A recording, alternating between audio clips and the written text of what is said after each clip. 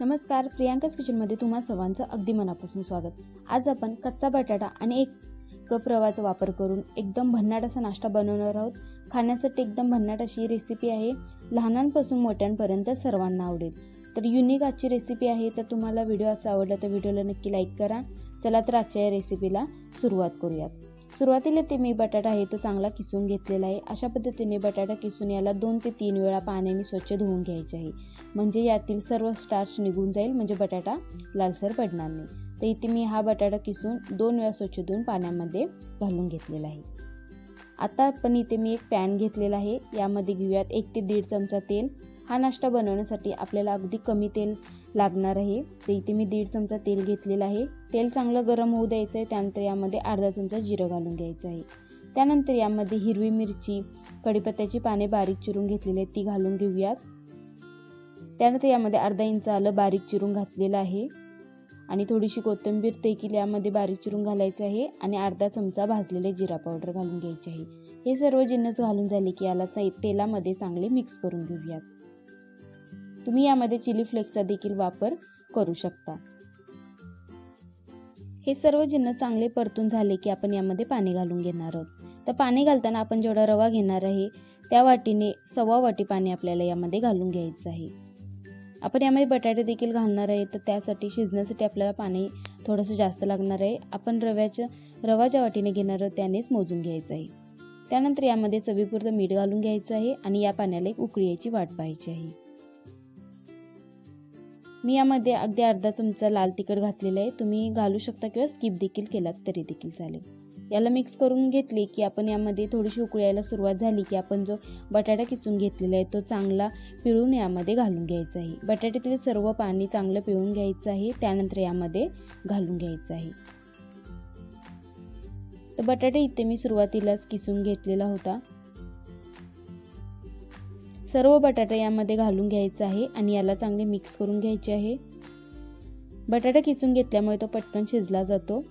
तर यामध्ये मला थोडंसं पाणी कमी वाटत आहे म्हणून मी आणखीन 3 ते 4 चमचे यामध्ये पाणी घालून घेतलेलं आहे।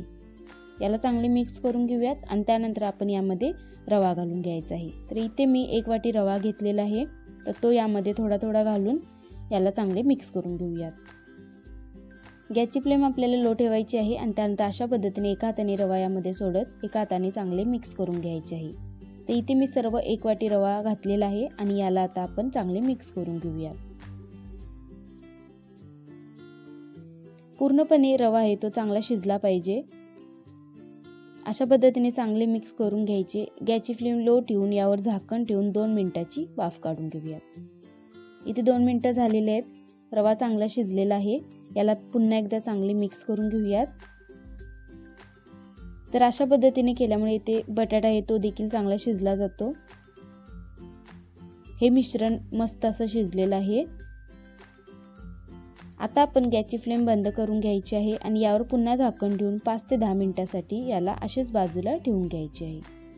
त्यानंतर याला एका ताटामध्ये किंवा परातीमध्ये काढून घ्यायचं आहे। इथे मी एका परातीमध्ये हे सर्व मिश्रण काढून घेतलेलं आहे। आता आपण या मिश्रणाला थंड करून घ्यायचे आहे। पूर्णपणे थंड करून घ्यायचे नाही, अगदी हाताला सोसवेल अशा पद्धतीने हे मिश्रण असलं पाहिजे। एकदम गरम असताना देखील याचे आपल्याला गोळे तयार करून घ्यायचे नाहीयेत, हलकंसं हे मिश्रण थंड करून घ्यायचं आहे। तर इथे मी हे मिश्रण थंड करण्यासाठी ठेवून देणार आहे। पूर्णपणे देखील गार करून घ्यायचं नाही, हलकंसं हाताला गरम लागलं पाहिजे। तर इथे सर्व मिश्रण थोडंसं थंड झालेलं आहे। आता आपण याला तेलाचा हात लावून चांगले मळून घेऊयात।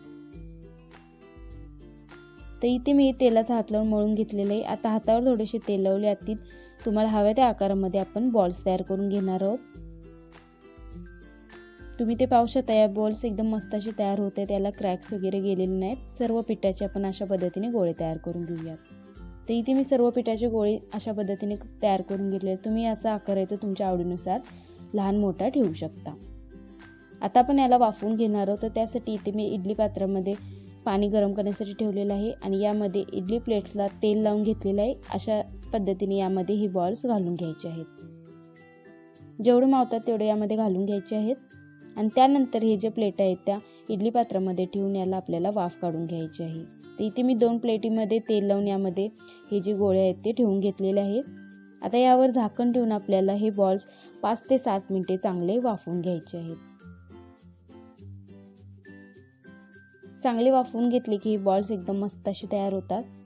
तर इथे 7 मिनिटं झाले आहेत, आपण चेक करूया. तुम्ही ते पाहू शकता एकदम मस्त अशी यावर एक चकाकी आलेली आहे, म्हणजे आपले जे गोळे आहेत ते एकदम मस्त असे शिजलेले आहेत. आता आपण याला एका प्लेटमध्ये काढून घेतलेलं आहे आणि याला थंड करून घेतलेलं आहे. तुम्ही ते पाहू शकता एकदम मस्त असे गोळे तयार झालेले आहेत, एकदम बाउन्स होत आहेत.